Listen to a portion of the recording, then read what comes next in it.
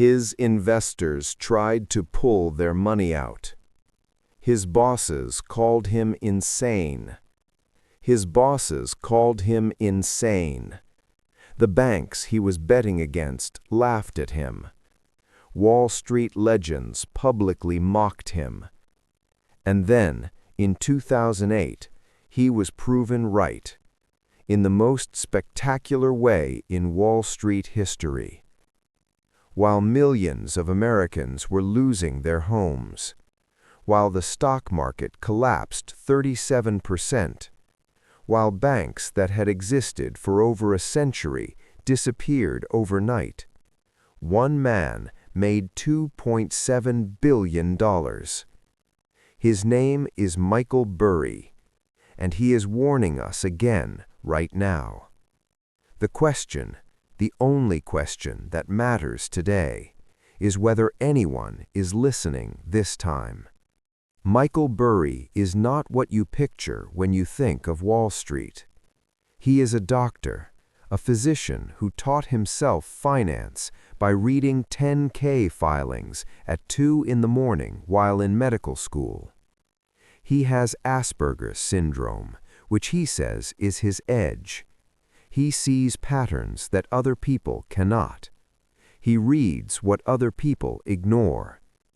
In 2000, he started a hedge fund called Scion Capital from his bedroom.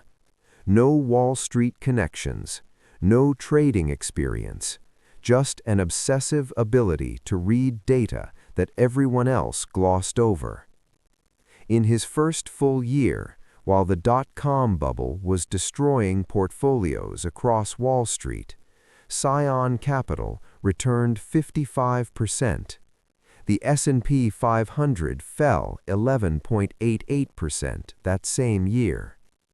By 2003, institutional investors were begging to give him their money. But it was what Burry discovered in 2005 that would change American financial history forever. In 2003 to 2005, Michael Burry started reading mortgage bond prospectuses. Thousands of pages of documents that nobody on Wall Street was reading. And what he found was terrifying. Banks across America were giving out mortgages to people with no income, no jobs, and no assets. These became known as ninja loans. No income, no job, no assets. And someone was giving these people a mortgage. But it got worse. The banks were then bundling these bad loans together into financial products called mortgage-backed securities. They packaged thousands of bad loans into one product, got them rated AAA, the safest possible rating, and sold them to investors around the world as safe investments. Think of it this way. Imagine someone filled a bag of rotten apples, put a gold sticker on the outside, and sold it to you as premium fruit. That is exactly what Wall Street was doing with mortgages. Every major bank, every major financial institution, all of them selling rotten apples with gold stickers.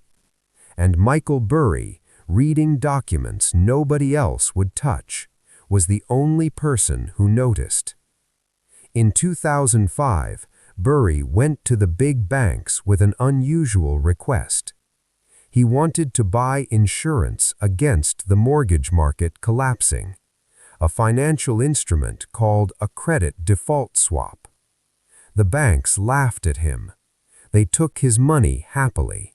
They thought he was throwing it away. He then bet $1.3 billion of his investors' money that the entire U.S. housing market was going to collapse. His investors panicked immediately. They demanded their money back. They threatened legal action. They called him delusional. And then 2006 arrived. The housing market kept going up.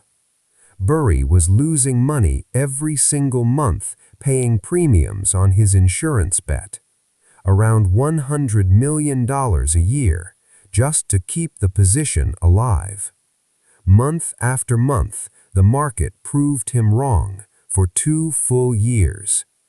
He later said, "I have always believed that a single talented analyst working very hard can cover an amazing amount of investment ground." He had to trust himself when literally nobody else would. Then, in March 2007, the first crack appeared. Bear Stearns hedge funds started collapsing. September 2008, Lehman Brothers filed for bankruptcy. The mortgage market did not just dip, it evaporated. Scion Capital returned 489% net of fees in 2008. The S&P 500 lost 37% that same year. Burry's investors made $700 million. Burry personally kept $100 million, and nobody called to apologize. He said he did not expect them to.